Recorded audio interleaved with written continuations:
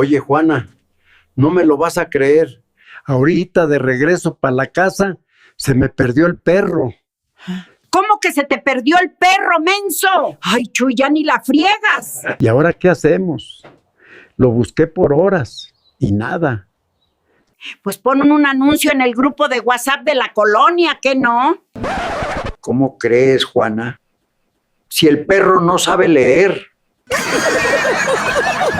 Ay, Chuy, por eso no nos visitan los extraterrestres, burro arrugado.